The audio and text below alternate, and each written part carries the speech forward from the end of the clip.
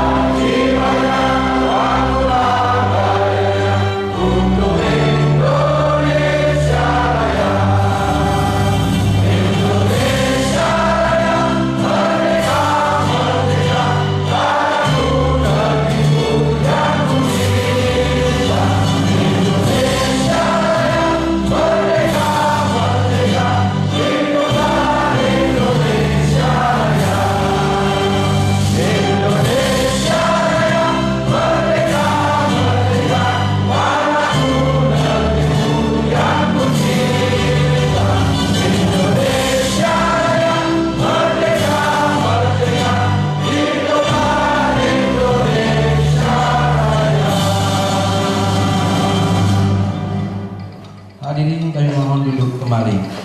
Bisa 350 tahun membuat negara kita sengsara. Itu yang pertama. Yang kedua, kenapa saya membenci Belanda? Karena gara-gara Belanda handphone duit saya 3 juta 16 Bu. Piala dunia kemarin itu aku pegang Belanda Bu.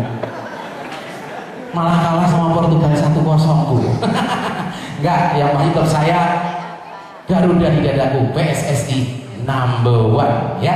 Dan selanjutnya kita akan mendengarkan prakata dari prakata.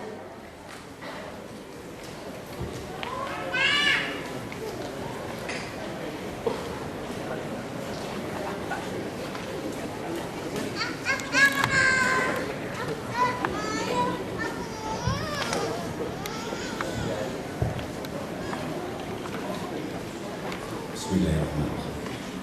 Assalamualaikum warahmatullahi wabarakatuh. Yang terhormat Bapak Gubernur Jawa Tengah atau yang wakili beserta anggota Musbida tingkat 1 yang rawuh pada hari ini. Yang kami hormati Bapak Wali Kota atau yang wakili beserta seluruh anggota Musbida tingkat 2-nya.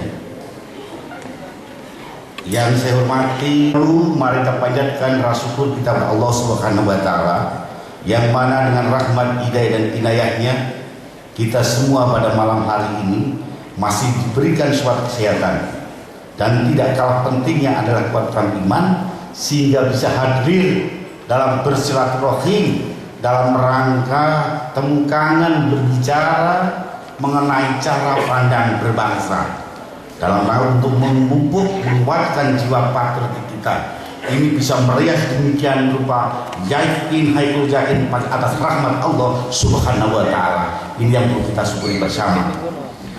Oleh sebab itu, dalam kesempatan yang sangat-sangat membahagiakan, perlu saya sampaikan kepada hadirin semuanya mengenai organisasi Linduaji. Mungkin dari seluruh pelosok Jawa Tengah paham mengetahui Linduaji. rindu wajib dengan suatu identitas orang yang keker sangat katanya ber-GS. Oleh sebab itu, dalam kesempatan yang sangat-sangat membahagiakan, saya sampaikan pada Bapak Gubernur, Bapak Pangdam, Bapak Kajati, Bapak Kapolda dan seluruh tamu tambah sekalian, bahwa organisasi atau keberadaan organisasi Rindu Wajib ini mempunyai suatu landasan filosofi, yaitu sifatku menyertai nama-namaku kuwujudkan di dalam perilakuku. Berpijak dari ini, kami berharap keluarga besar Rindu Wajib di mana saja harus mampu berusaha bertahaluk sesuai dengan nama-nama Allah yang dalam as-sunnah ini, sehingga akan bisa mewujudkan namanya Mayu Hayuning Bawolo. Tepuk tangan untuk Rindu Wajib. Jadi ada suatu persepsi bahwa Rindu Wajib seorang yang tukang rampok, tukang bom dan sebagainya, kolektor dan sebagainya. Ini hal-hal. Kalau ada warga demikian perlu dipertanyakan. Itu maaf saja dalam petik perlu kita identifikasi dulu. Kalau saya dengar mamanya Gus mengatakan bahwa Allah itu bersifat ar-Rahim, sifat kasih sayang, maka saya minta keluarga besar Rindu Wajib di mana saja berada harus bertahaluk, mampu menciptakan kasih sayang dengan lingkungannya, dengan sesamanya, bukan arogansinya.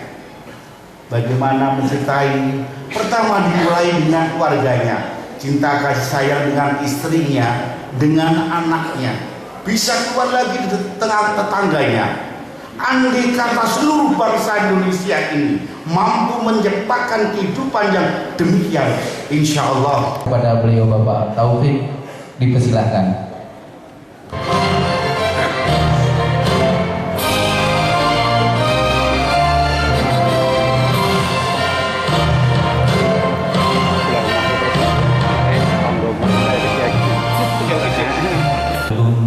Warahmatullahi wabarakatuh.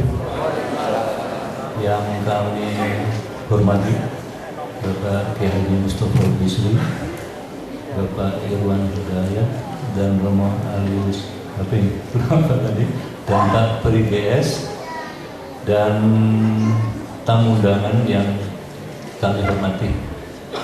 Sebelumnya perlu kami sampaikan permohonan maaf dari Bapak Gubernur yang sedianya secara pribadi akan hadir di tengah-tengah panjenengan semua, tapi karena pada waktu yang bersamaan ada dinas atau tugas yang tidak bisa ditinggalkan, sehingga beliau menugaskan kami ya untuk menyampaikan sambutan pada kesempatan ini. Bapak Ibu sekalian, ya, di dalam sambutan ini nanti ada dua bagian. Pertama bagian bahasa Jawa. Nah ini memang berdasarkan Pergub nomor 55 tahun 2014, pada setiap hari Kamis ya di provinsi yang ini diwajibkan untuk bahasa Jawa. Ini untuk melestarikan ya budaya Jawa Tengah. Ini ada kebijakan beliau, dan setiap tanggal 15 setiap bulan harus pakaian adat Jawa. Jadi jangan kaget Bapak Ibu sekalian kalau di provinsi pada hari Senin bukan pakaian dinas tapi pakaian adat Jawa dari berbagai daerah di Jawa Tengah. Dan saya nanti mohon maaf kalau bahasa Jawanya agak belepotan. Ya memang dulunya aslinya di Jawa, lahir di Semarang, tapi hampir 35 tahun ikut orang tua di Sumatera, akhirnya Jawanya sudah rodo-rodo. Ini mohon maaf nanti kalau sedikit tidak pas logatnya dan lain sebagainya. Baiklah Bapak Ibu sekalian, kami akan sampaikan sambutan dari Bapak Gubernur Jawa Tengah. Gubernur Jawa Tengah atur pangandikan Gubernur Jawa Tengah ing adicara dialog kebangsaan kanthi asesila menjadi orang Indonesia yang beragama dan berbudaya. Semarang, 27 Agustus 2015. Assalamualaikum warahmatullahi wabarakatuh. Sugeng dalu lan karaharjan tumrap kita sedaya. Ingkang kanurmatan rencang-rencang birokrasi pemerintah daerah, panitia paralan panyata dialog kebangsaan, para rawuh ingkang minulya, puji syukur tunjuk dumateng Gusti Allah ingkang Maha Kuwaos. Alhamdulillah ing kalodhangan punika kita sedaya saged sasarengan ngastreni adicara dialog kebangsaan ingkang dipun pandegani kalian sederek-sederek saking Yayasan Sosial. Kajawi saking punika kagiatan punika ugi saged dados sarana hingga semangat kita sedaya kangge mbangun karakter lan jati diri sehingga dados insan-insan ingkang tansah ngadahi nilai-nilai spiritual lan kultural ingkang langsung sae.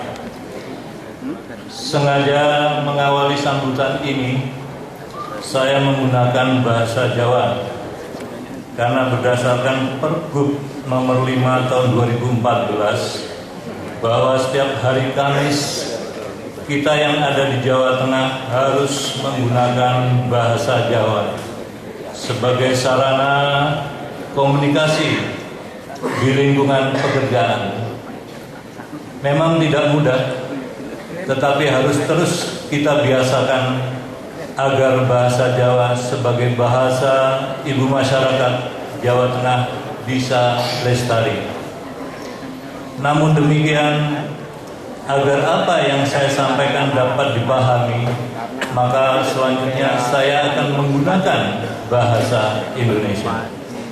Hadirin yang berbahagia, berbicara menjadi orang beragama dan berbudaya pada konteks kehidupan kita saat ini tentu tidak bisa dilepaskan dari kondisi faktual bangsa ini dengan segala kemajuan.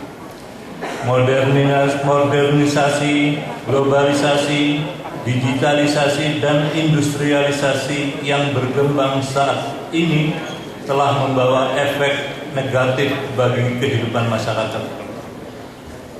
Memang ada nilai-nilai positif dari era globalisasi saat ini, tetapi kita tidak bisa menafikan munculnya dampak negatif yang menyertainya. Sedikit demi sedikit, masyarakat mulai meninggalkan kebudayaan lokal dan mulai menganggap budaya asing yang datang merupakan tren baru yang wajib diamini dan diikuti. Begitu pula agama yang sebenarnya menuntun manusia untuk tidak berani berdiri tepat di depan kursi yang nanti akan diduduki Gusmus.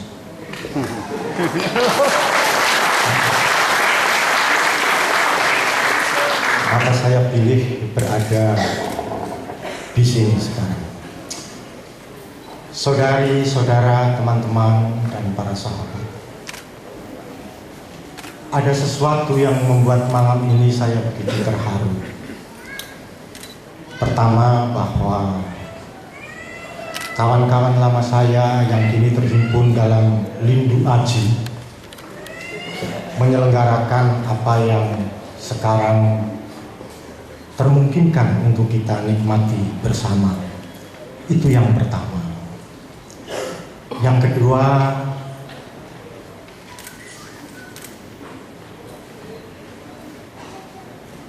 saya lihat malam ini, acara ini dihadiri oleh hampir seluruh provinsi yang ada di Indonesia.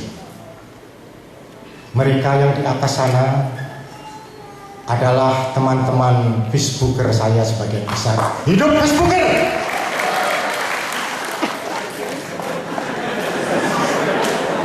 Selalu tiap kali Gusmus rawuh untuk berkegiatan, untuk ngedikan, yang paling antusias adalah teman-teman Facebooker yang berteman dengan saya ataupun dengan beliau. Karena beliau adalah salah satu Facebooker sepuh atau sesepuh para Facebooker. Ada Mas yang datang dari Ponorogo, Jawa Timur, kemudian ada tadi terbang dari Jakarta, kemudian dari Sulawesi, kemudian dari Jombang, dan dari tempat-tempat lain.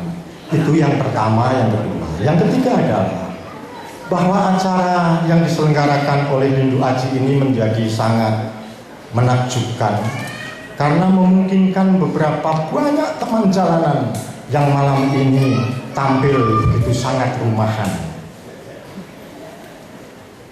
Saya lihat ada Mas Benos yang Pamungkas, saya lihat ada Mas Sunu Andi Purwanto, saya lihat ada Mas Ari, saya lihat ada teman baru saya Mas Usman.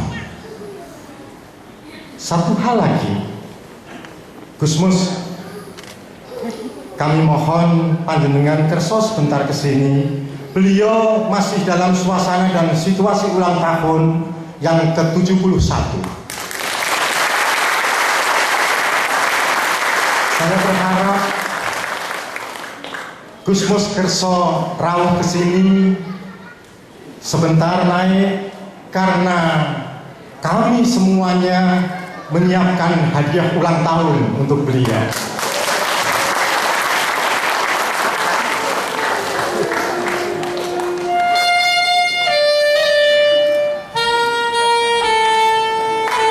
Ada satu rahasia kecil yang saya ini ora sah anu sih, aku tak ngendikan ngomong-ngomong sama Gusmus gini, Romo. Kita semua tahu bahwa beliau adalah seorang kiai, budayawan, dan seterusnya. Yang jarang sekali tahu, maka ini sebuah rahasia kecil yang akan saya bongkar. Beliau adalah salah satu koki terbaik di Indonesia. Serius. Dalam konteks gemar memasak. Selain Gusmus yang gemar memasak, ada satu lagi sahabat kita yang gemar memasak. Namanya Benos yang Pamungkas. Sini Ben. Saya merasa tidak berhak menyampaikan hadiah ini dan saya berharap hadiah ini anggap dari kita semua. Saya berharap Mas Ben yang menyerahkan karena sama-sama suka memasak. Hadiah dari kita semua adalah buku resep masakan.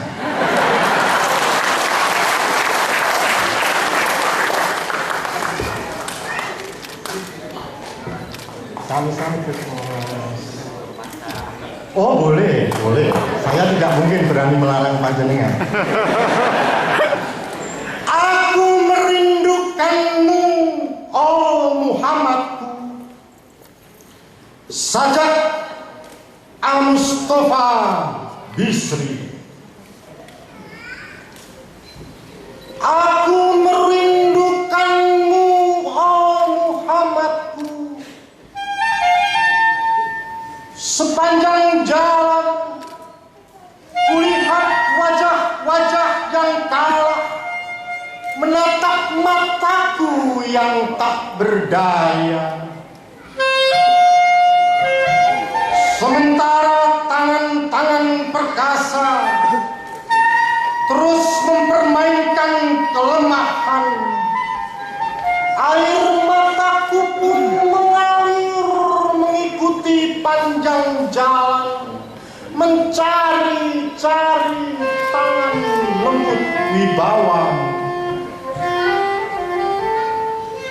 Dari dada-dada tipis papan terus ku dengar suara serutan derita mengiris berkepanjangan. Telingaku pun kutelengkan, berharap sesekali mendengar merdu menghibur suara. Aku merindukanmu, oh Muhammad.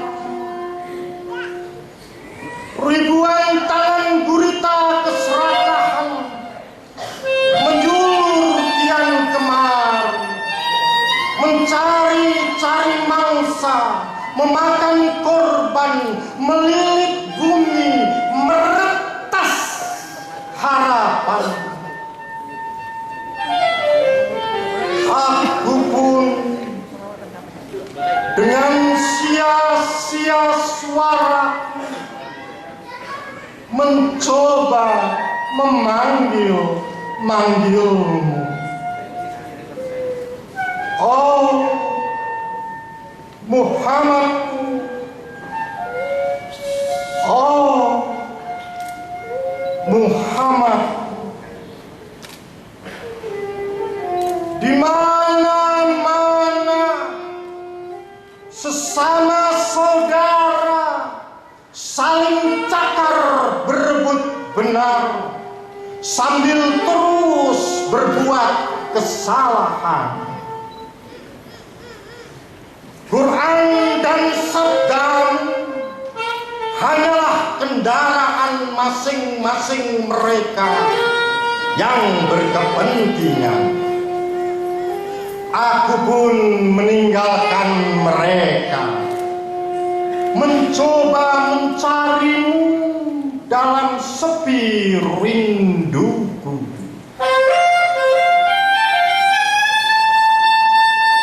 Aku merindukanmu, oh Muhammadku. Sekian banyak Abu Jahal, Abu Lahab menitis kesekian banyak umatmu. Oh Muhammadku, salawat dan salam bagimu. Bagaimana melawan gelombang kebodohan dan kecongkaan yang telah tergayakan?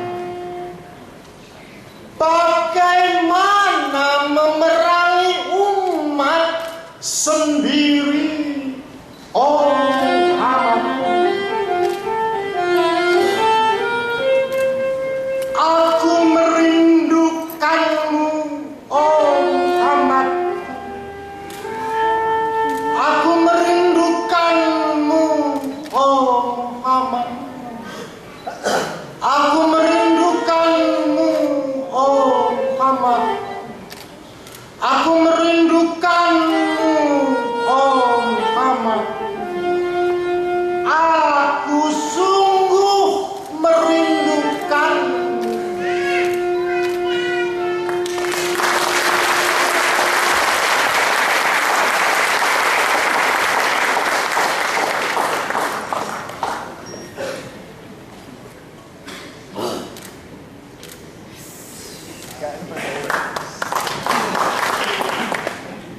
Hidup Hesbugel.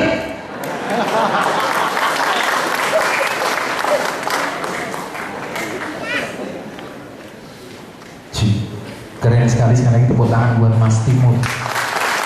Puisinya keren, diiringi Tombo Ati. Apa lagu Tombo Ati? Tombo Ati.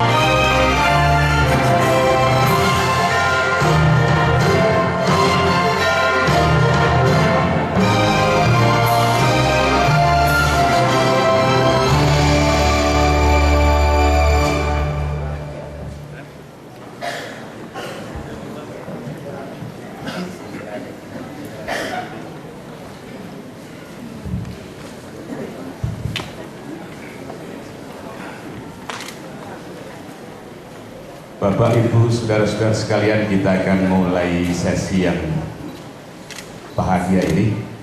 Tapi mohon saya ditepuki lebih dulu.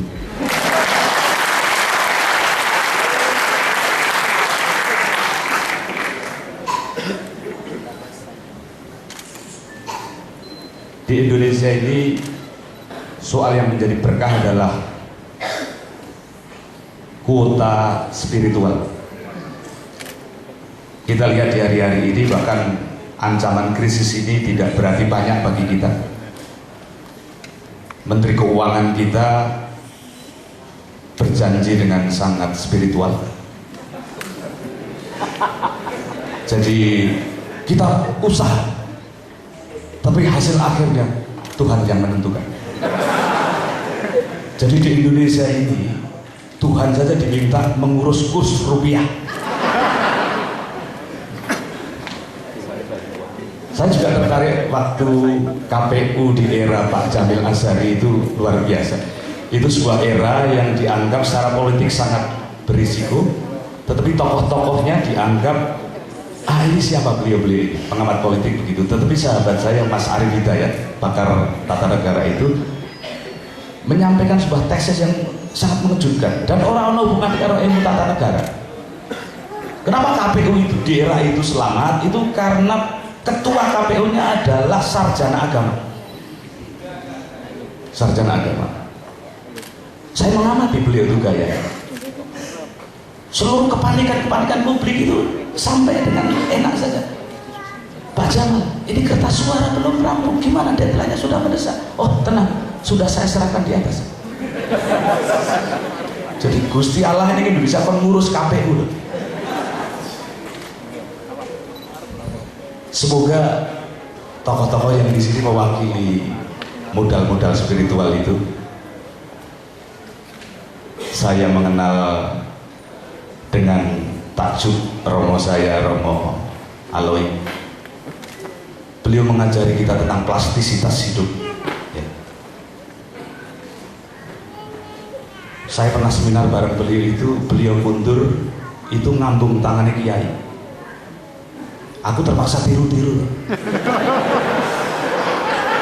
Padahal jangan aku ada rencana loh Romo ini. Romo ngambung tangannya kiai. Iki piye iki? Kira tuh waras banget. Enak itu beragama, manifestasi beliau itu enak itu.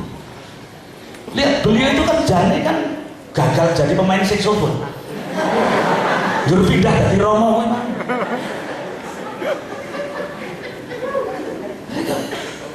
Mak pensulut enak. Indonesia itu plastis. Mas Irwan Hidayat, wah itu wong sugih kok ini bentuknya ini.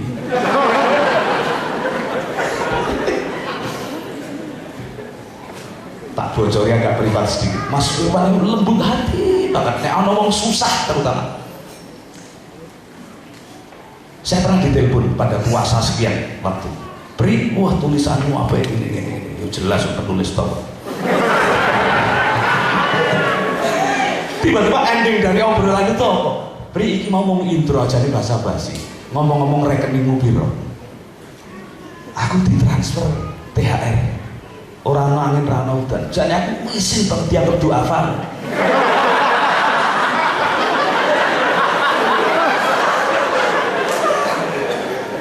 Aku isin tapi tak tompo loh gitu.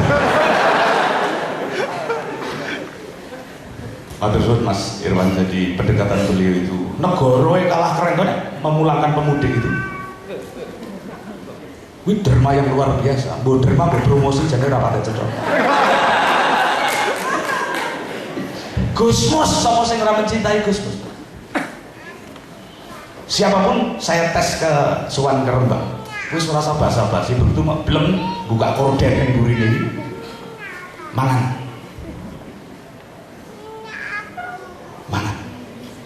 Saya gayanya sok main diskusi. Suwan Gusmus, rasa kakean cangkem langsung mangan.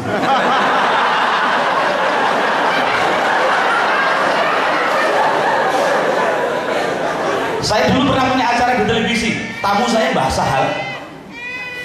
Semoga Allah selalu menjatuhkan ridho kepada beliau dan Gusmus.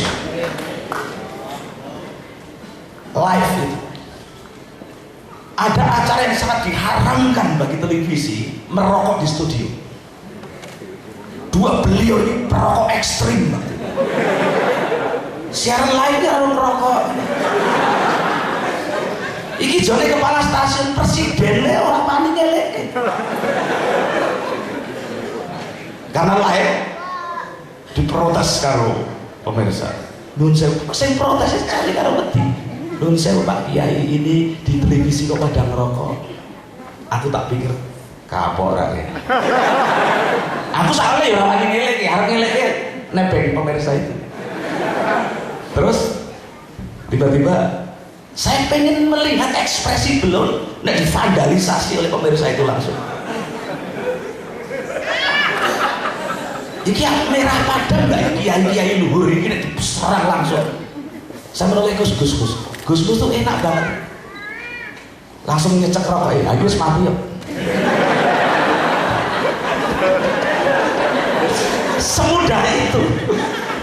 Semudah itu menggugurkan serangan itu.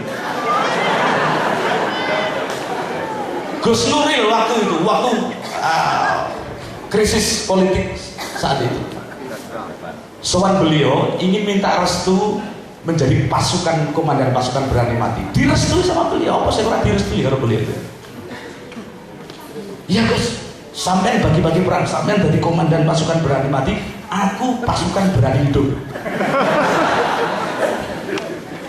Karena uripku lho hebat, aku kudu bayar listrik. Rama Petrus, ini kayak kenal Rawani gak saya loh. Kita urut saja Mas Irwan, monggo kita butuh sesanti Mas Irwan. Terus ngomong sak, omong-omong. Wong sugih ini hidupnya di rumah gitu. Ya, tepuk tangan untuk Mas Irwan.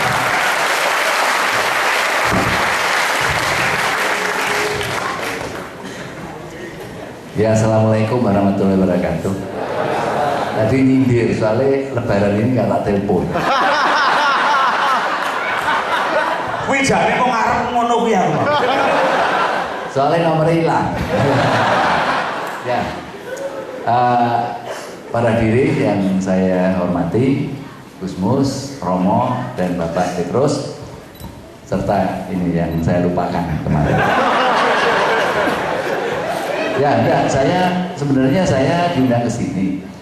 Saya ingin memberikan sebuah ilustrasi cerita, yaitu sekarang kita lihat teh, ya kan ada teh sosro kan? Bisa jadi industri yang besar.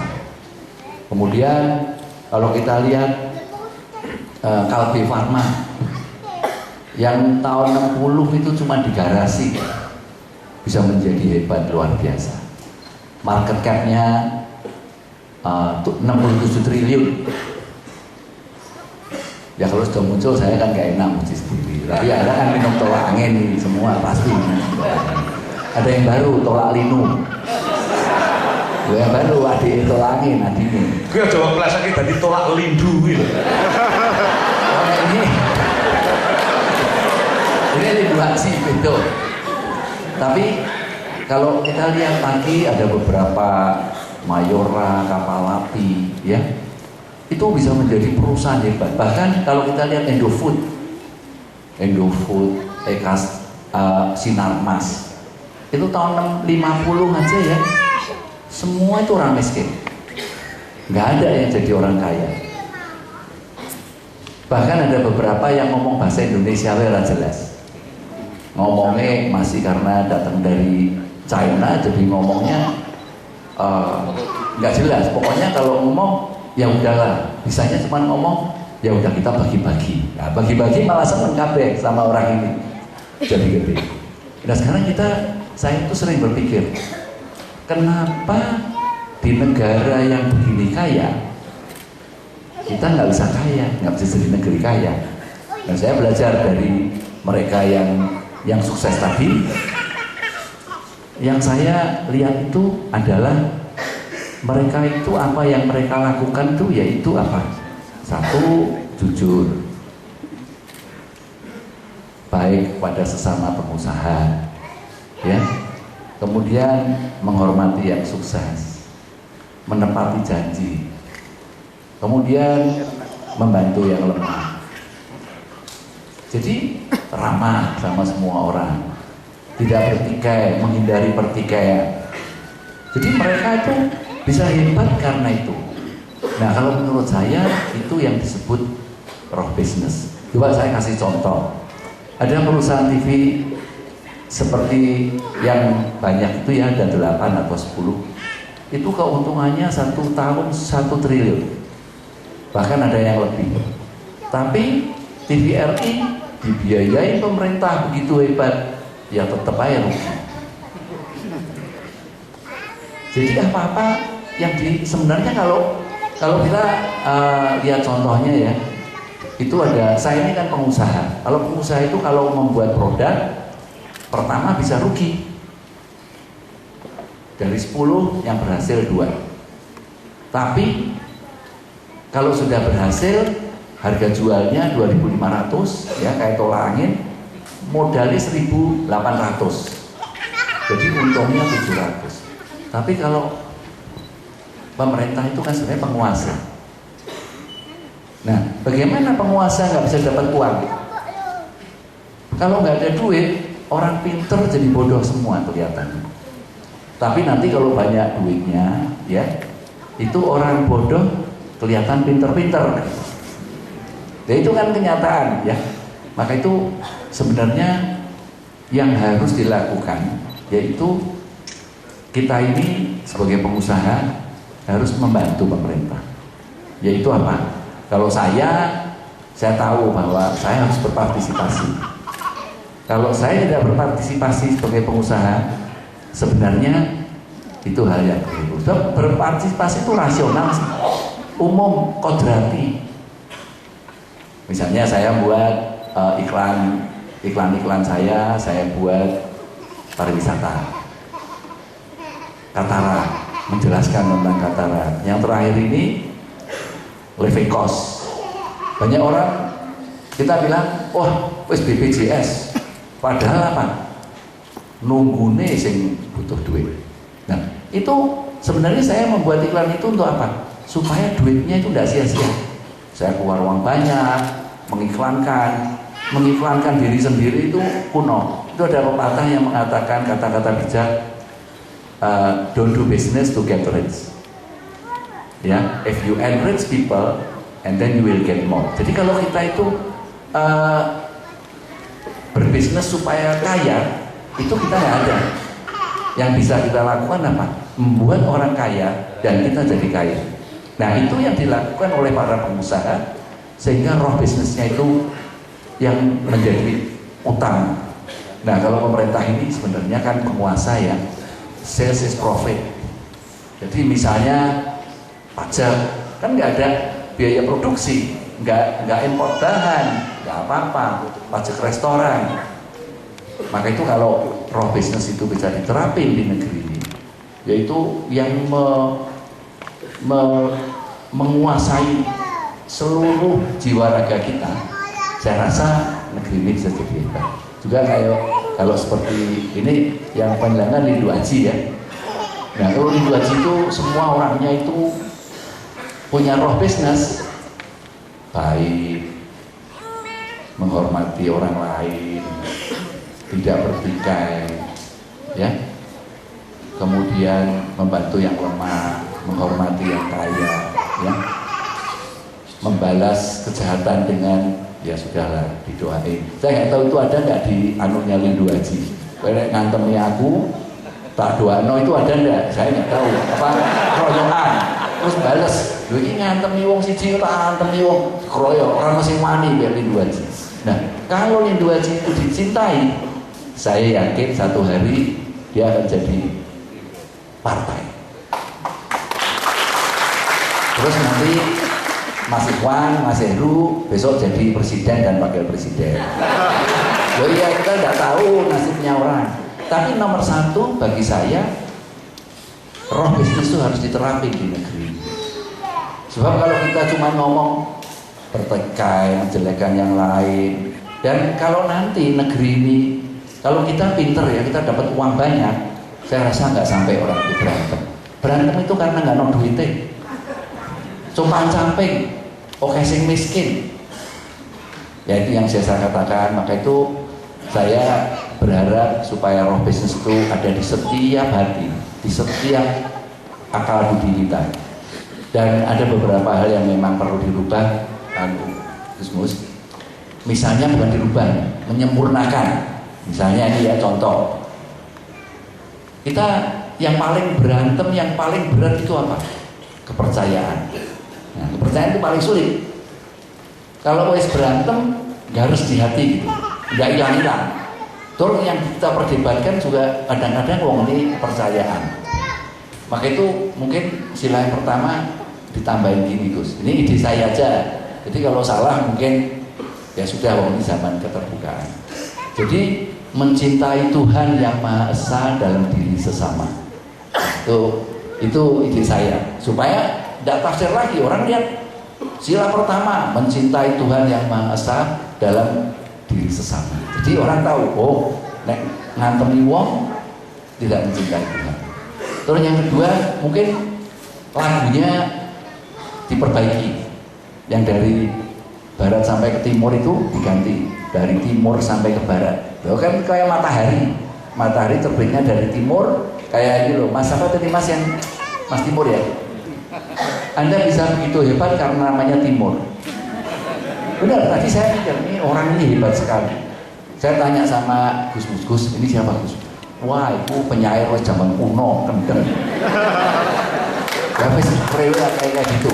Jangan lupa nanti di Facebooknya ditulis tolongin Mas, minta tolong. Halo, hotel tentrem itu ya. Saya kalau ditanya, lo Anda itu siapa? Saya bilang saya 100% tukang jamu dan 100% Indonesia. Hotelku, hotel tentrem. Bentar ya, saya lah promosi hotel tentrem. Ya wis sakarepmu wis, Pak. Nah, tapi ini mungkin bisa bagus. Hotel tentrem itu ya, saya ngomong sama manajerku, saya kepengen dikai pete, dikai cumi, boleh itu loh, tempat tempat goreng telur. Wah, enggak bisa Pak. Enggak. Kalau itu enggak boleh, bintang 5, bla bla bla. Saya bilang, sesuai kan saya jengkel. Terus saya bilang gini, 100% bintang 5, 100% Indonesia. Jadi ruwet, ada petene, ada macam-macam. Tapi buktinya laris, ya toh. Dan pengunjungnya 90% orang Indonesia. Maka itu sebenarnya yang kedua yang kita ganti itu dari timur, lagunya dari timur sampai ke barat. Kalau dari barat sampai ke timur kan kualik. Kerjone bengi awan turu. Itu hal yang sepele, sebenarnya kan kodrat. Makanya saya setuju sekali ketika Pak Jokowi pertama kali dia melakukan kampanye yang pertama, dia memulai dari timur. Dan yang ketiga, kalau nanti kita ditanya, Dirgahayu Indonesia, siapa ya Pak? Pri, merdeka, salah, makmur.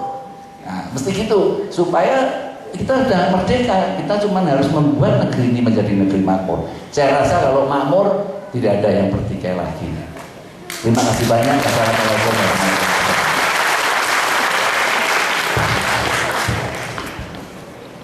Iya, Mas Irwan itu saya terkenang beliau memiliki satu credo namanya The Art of Peace. Situ Muncul itu sering bermasalah secara hukum, tapi beliau selalu berdamai dengan cara Pri, urip ki menang sithik kalah sithik. Ya Mas ya. Nah, ciri-ciri wong rada setengah. Saya selalu takjub kepada sensitivitas beliau, sampai kepada dirinya kadang-kadang masih Irwan ini orang sensitif.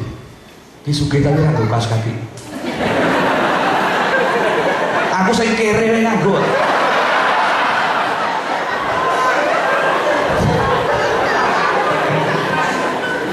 Saya pernah dolan ke salah satu rumahnya Mas Irwan di Semarang di Tabanan. Kami ngobrol. Saya tiba-tiba minta kertas untuk mencatat statement beliau. Rumah ini gede kayak terminal. Mantek ora jelas ki kamar di ruang tamu nanti. Saya agak sirik sebetulnya karena langsung mengidentifikasi rumah saya. omahku ki cilik, omah cilik kan gergetno. Agak aku mlebu wis metu meneh. Iki piye? Iki omah kok ora serius iki. Aku ora ngerti bojoku ki metenge ning ndi. Simbangane ning kono.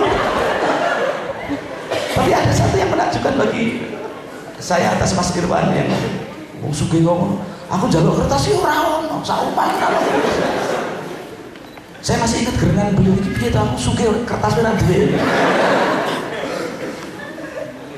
Ada banyak buku di dalam beliau. Nanti kita diskusi. Bapak Pendeta, monggo nek iki aku secekak aos ora wae kan. Ketoke galak ya.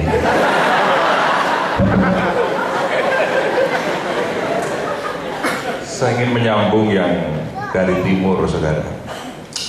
Ada satu pengalaman yang mengganggu hati saya sebetulnya. Beberapa waktu yang lalu, Pak Profesor Yohanes Surya gencar mencoba untuk memberikan pendidikan kepada anak-anak di Papua.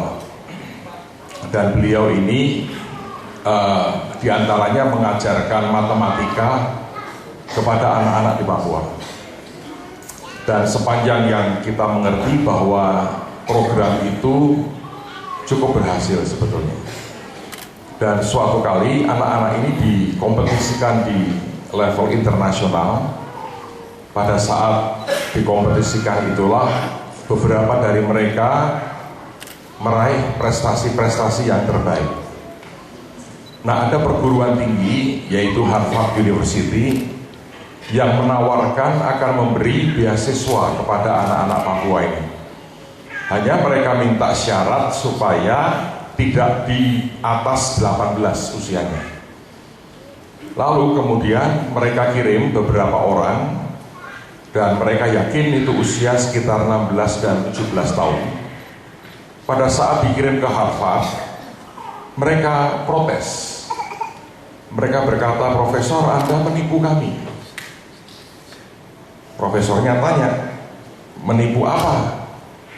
Yang Anda kirim ini orang-orang tua. Kami ingin yang usia di bawah 18 atau tidak lebih dari 18. Lalu dijawab, "Saya buktikan dengan akte lahir, KTP mereka, dan tahun lahirnya. Dan waktu dilihat di data di KTP, memang betul. Itu anak usia 16 dan 17. Mereka berkata, tapi kami nggak percaya. Karena dari penampakan itu kelihatan di atas usianya dari yang sebetulnya. Akhirnya mereka berkata, daripada kita berdebat, mari kita buktikan secara ilmiah. Dan mereka berkata kita bisa mentes akan usia tulang manusia, dan itu tidak bisa ditipu. Usianya akan berapa tulang itu, yaitulah usianya dia. Dari pihak Profesor Yohanes berkata, oh ya silahkan, karena memang saya tidak menipu Anda. Pada waktu itu dites, mereka mendapati usia tulang anak-anak ini sekitar 47 tahun. Peristiwa ini mungkin tidak banyak dipublish di luar, tapi itu yang terjadi sebetulnya. Lalu beberapa orang tergelitik sebetulnya untuk mencoba membuat riset. Kenapa? Apa yang terjadi sebetulnya dengan anak-anak Papua ini? Karena di daerah lain mereka tidak menemukan kasus yang seperti itu. Lalu beberapa orang, satu di antaranya saya kenal, orang Indonesia tinggal lama di Belanda. Dia cerita dengan saya penemuan yang mereka temukan. Jadi rupanya ini kembali ke bahkan sekian abad yang lalu. Pada waktu VOC mulai datang ke Indonesia, mereka bisa kuasai pulau-pulau di Indonesia itu dengan cara dipecah belah, divide et impera, diadu. Kelompok ini dengan kelompok itu, raja ini dengan raja itu, diadu. Begitu mereka diadu, yang lemah akan minta tolong VOC. Dan VOC berkata kalau menang saya minta jatah ini. Dan itu lama-lama seluruh Indonesia dikuasai.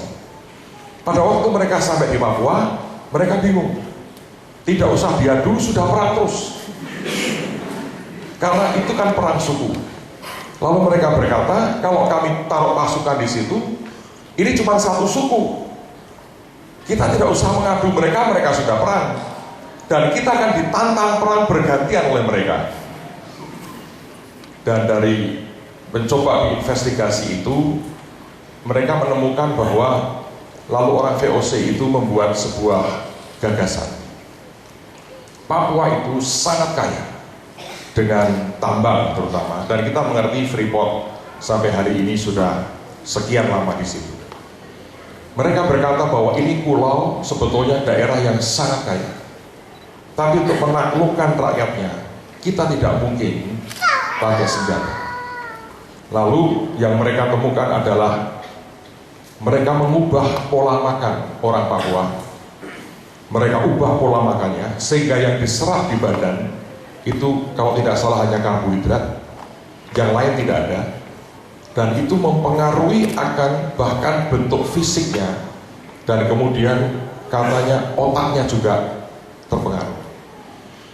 Dan mereka berkata kita tunggu saja.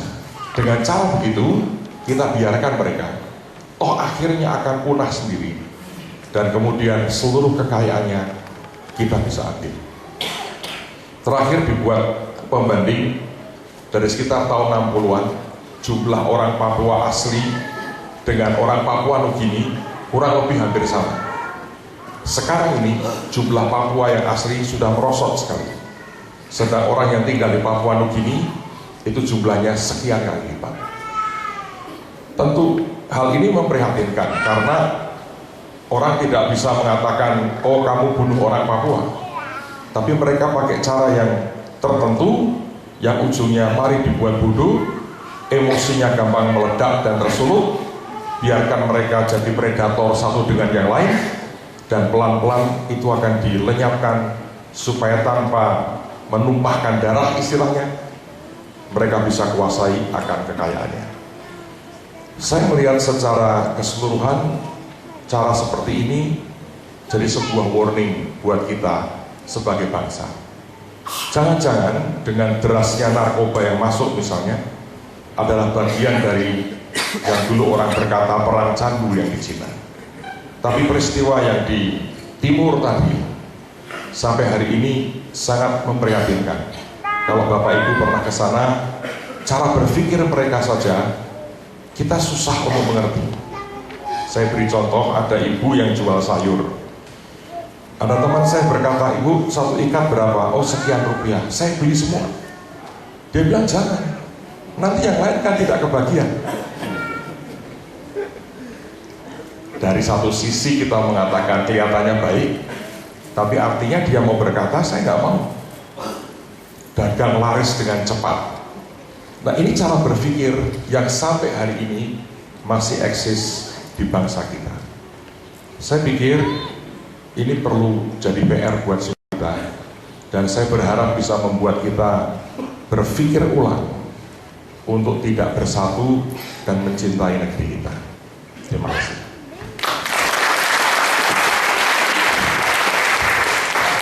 Terima kasih Bapak Pendeta Petrus Agung. Takjub kita, takjub karo ngeri. Ini ceramah paling mencekam. Bayangkan genosida lewat makanan. Itu nggak pernah, musuh yang tidak pernah kita bisa identifikasi. Padahal Indonesia itu keren. VOC datang ke kita itu karena rempah-rempah, Pak Pendeta. Tapi sekarang bojo mulak rempah-rempah itu sudah setara dengan jihad fisabilillah. Nanti kita teruskan, Romo. Sebelum saya memberi sedikit pengantar tentang Romo Aleng, saya sebelum beliau bertugas di Semarang, saya dulu bersahabat juga dengan Romo Haryo. Romo Haryo, Uskup Agung itu menakjubkan saya karena ganteng kayak cover boy. Saya sampai takjub, Romo ini ganteng kok dari Romo. Saya membutuhkan jawaban yang Karena bagi saya rohaniwan itu ukuran saya kalau rileks menghadapi pertanyaan apapun. Saya dulu memanggil beliau itu Om, hanya untuk menguji jadi nesunan ora. Nek nesu tak undang Om, gugur makome. Kira-kira gitu, melinding gitu. Lah Romo Arya itu jawabannya juga menyenangkan.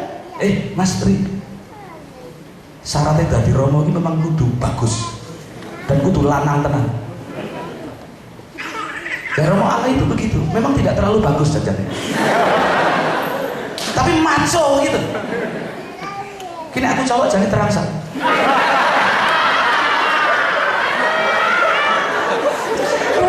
Main saksofon kena yang Yogyo, kerja bakti ini benake langgar poso-poso benake karo liyane macul beliau nyut saksofon.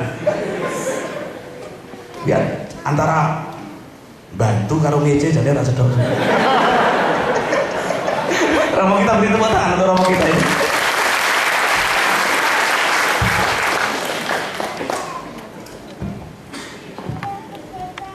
Mas Pri, sahabat saya, sebuah Gus nek dewi.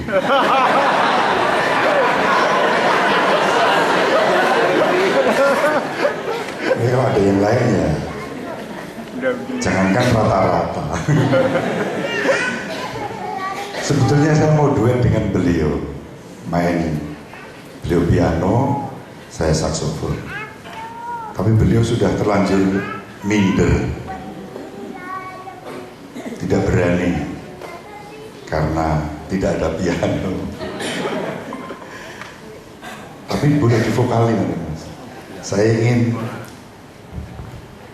daftar honor saya tidak termasuk itu. Oh, ya gue tak tambahin dulu.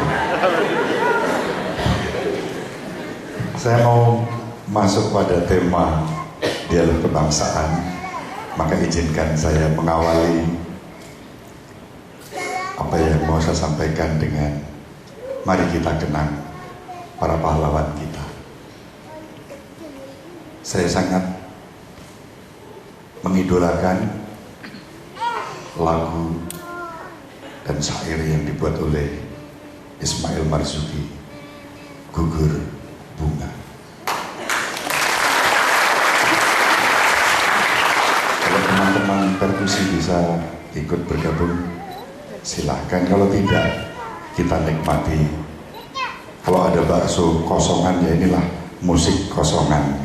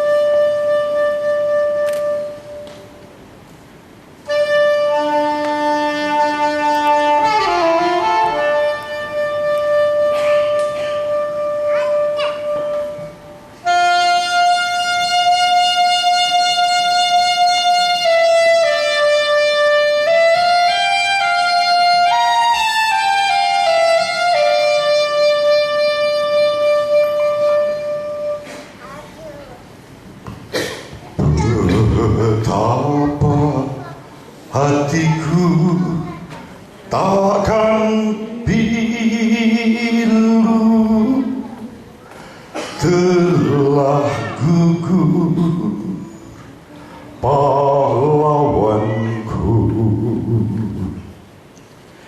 Betapa hatiku tak akan sedih hamba ditinggal sendiri.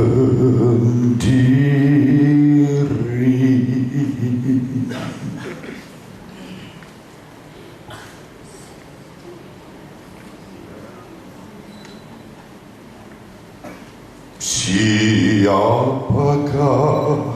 kini libur laranan setia dan perwira?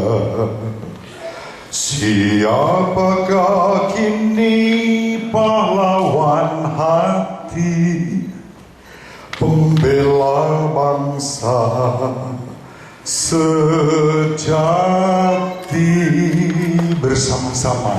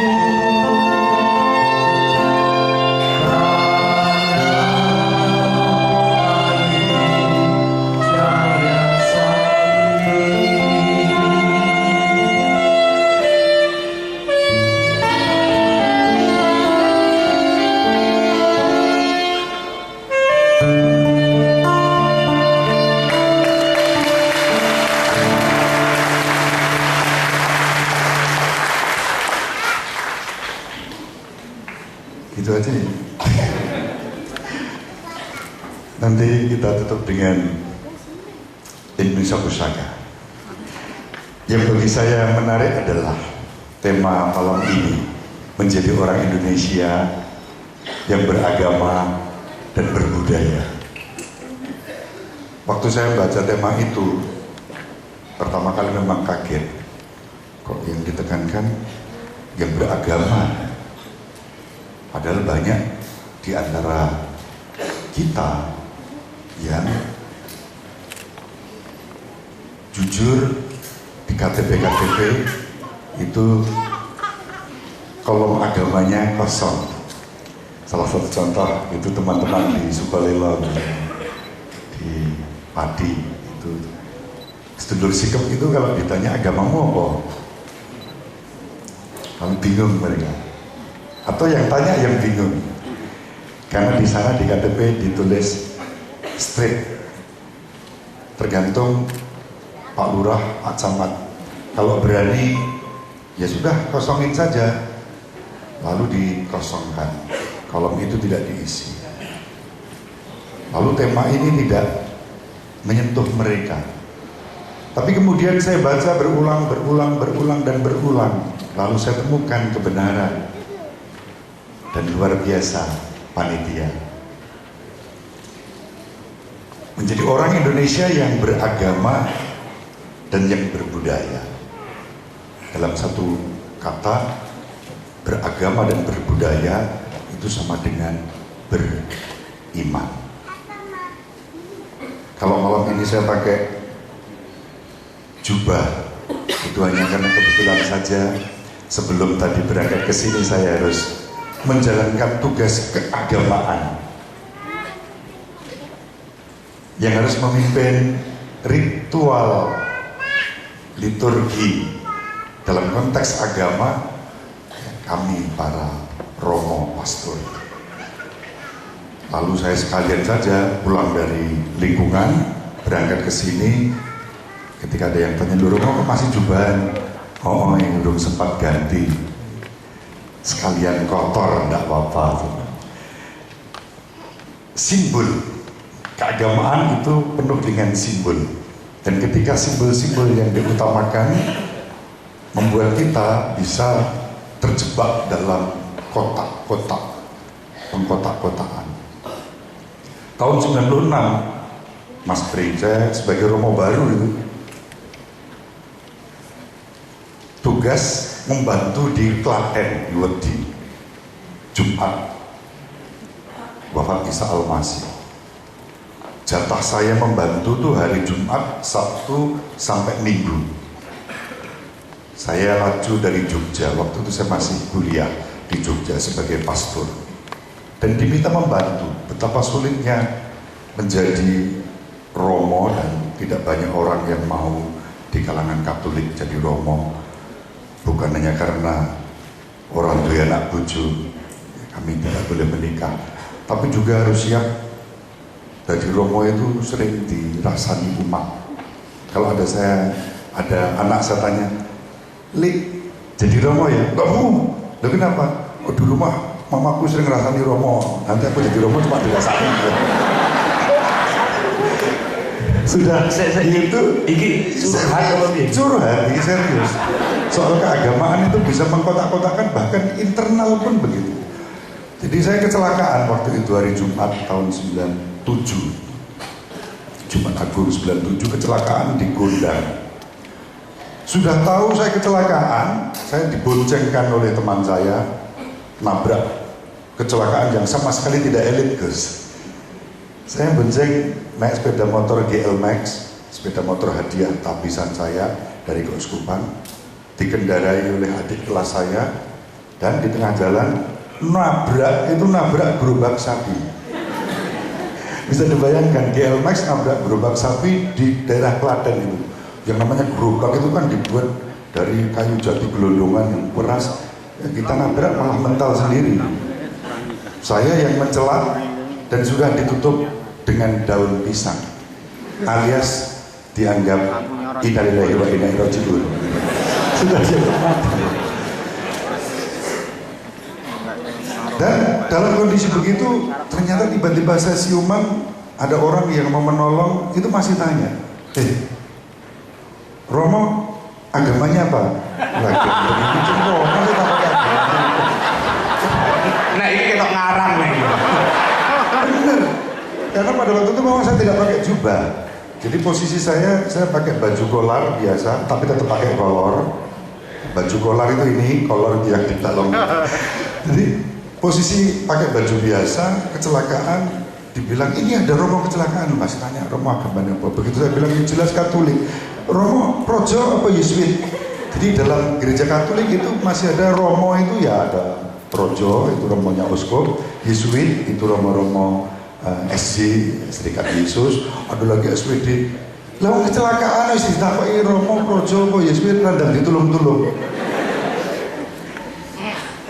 Nah itu juga saya sering mendengar katanya kalau ada orang kecelakaan takoki, "Agamamu apa?"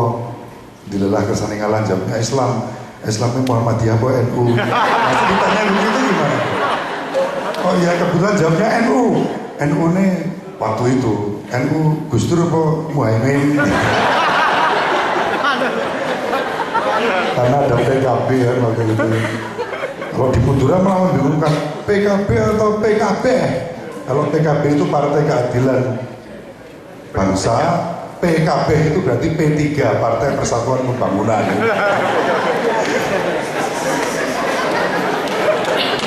Sehingga hidup keagamaan itu kerap kali terkotak-kotak, tersekat-sekat. Ada eksklusivitas yang membuat kita membatasi diri.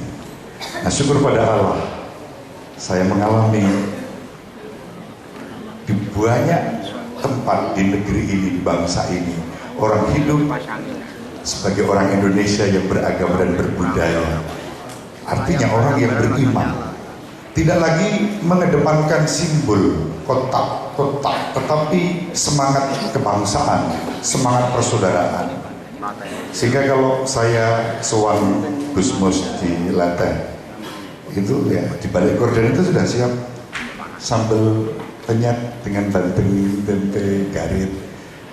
Enak sekali. Maka tadi saya matur, Gus, ini ada resep bikin sambal penyet enggak, Gus?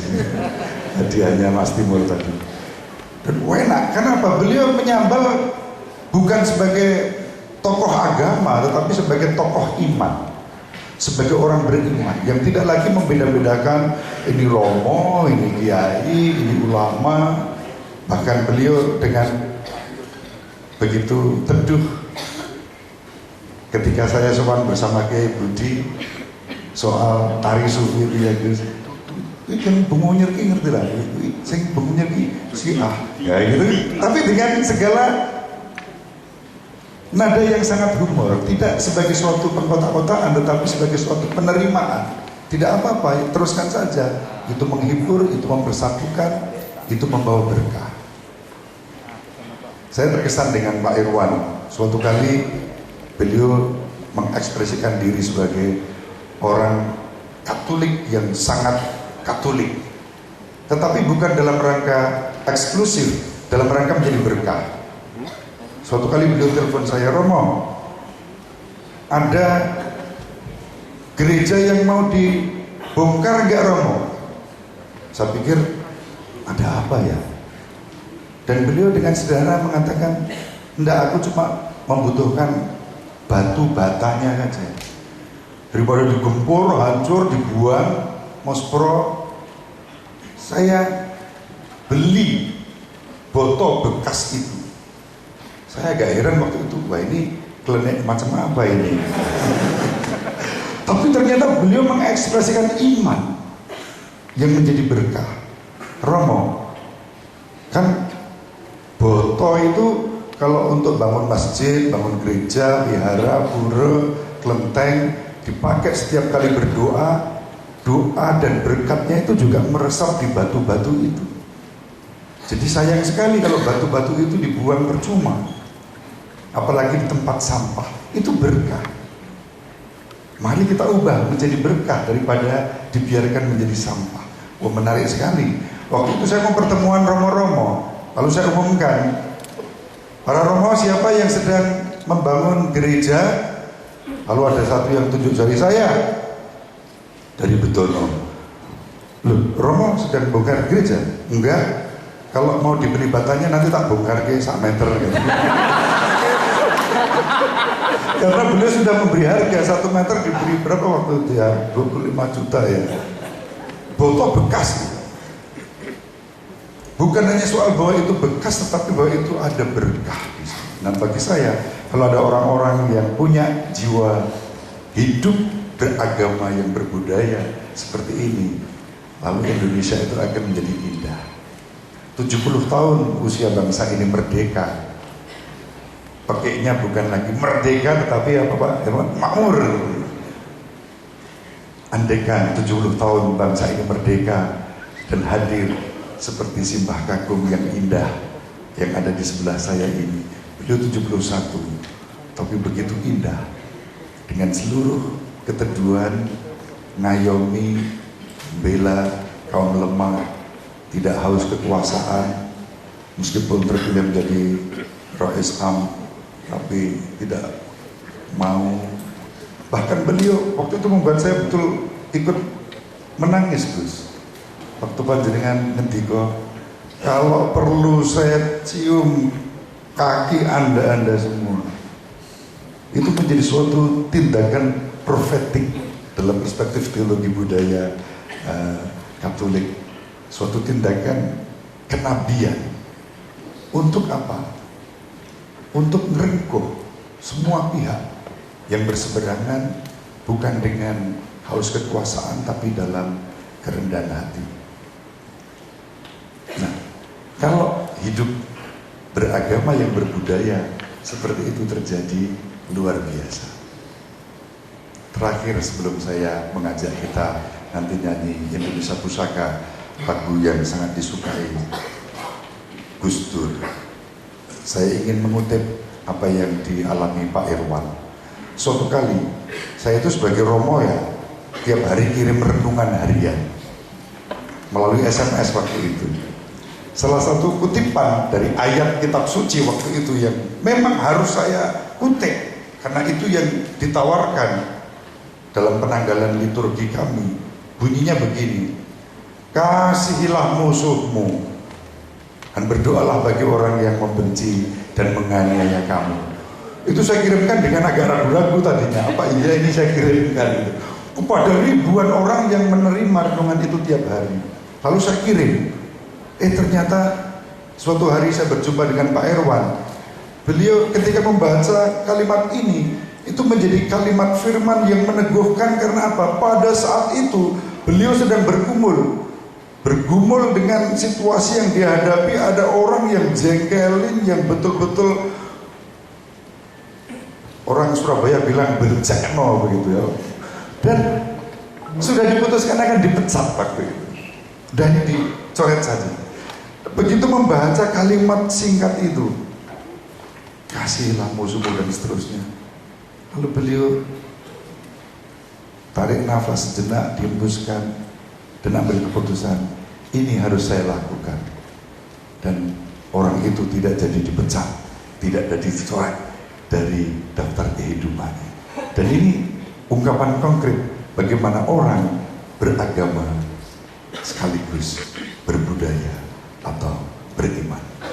Semoga kita semua nanti menjadi pewarta-pewarta, terutama bersama teman saya Mas Timur ini, hidup Facebooker gitu ya, dengan pewartaan, bukan Facebook untuk membuli atau membantai, tapi untuk mewartakan. Ya bahwa kadang-kadang untuk nawaki-ake ya ora apa-apa. Oh nyatanya yo payu ono gunane untuk berkah bagi yang lain gitu ya. Nanti kita sembah aku untuk kebucing, karena ya beliau selalu menjadi pemuda kita. Saya tutup dengan Indonesia Bersama. Mas Pri, no comment bang.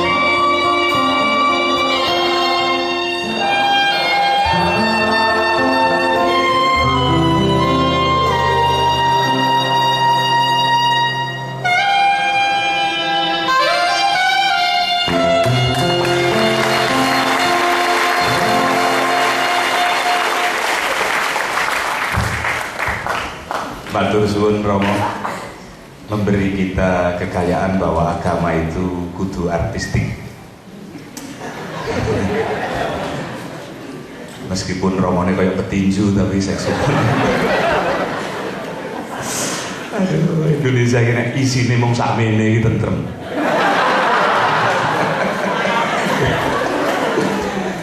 Nah, soal artistik di dalam apapun itu nanti sesepuh di samping saya ini adalah muaranya. Setelah Gus Dur sedo, beliau ini harapan satu-satunya di Indonesia. Maka jangan kesesol Gus.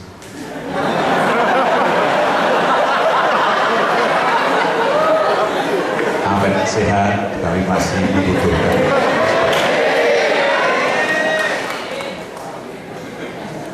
Nyawang jenengan wae aku rasane wis kaya ning tritisan swarga. Gus Dur itu ekstrak seluruh humor itu ada di beliau. Beliau ini mundur dari presiden atau diimpit saja tenangnya rak karena mlebu istana metune koloran dada-dada.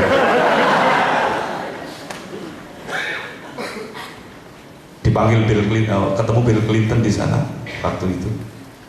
Pulang dari Amerika, Jaya Suprana takon tergopoh-gopoh. Gimana ketemu Bill Clinton? Gus, ngopo podo presidennya ya guyon. Jaya Suprana gelo. Pertemuan 2 jam itu, pertemuan 1 jam yang direncanakan dengan Clinton itu mundur dari 2 jam. Clinton itu ke taman Gus Dur itu nervous. Karena ini empu gitu persepsi Clinton itu. Sinau tenan karena akan ada dialog bilateral tingkat tinggi. Clinton itu sinau tentang Indonesia, tentang PPKN.